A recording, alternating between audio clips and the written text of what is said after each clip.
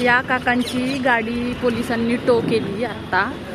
5 मिनिटासाठी भाजी आणायला गेले होते मला वाटते, बट आता त्यांना सांगितलं. क्या हुआ अंकल, टो किया गाड़ी? नो पार्किंग था तो उधर लगाने नहीं चाहिए था ना आपने? अच्छा अच्छा, तो नहीं दिया क्या?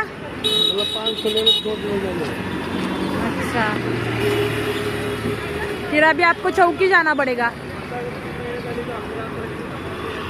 बघा असे हाल आहेत.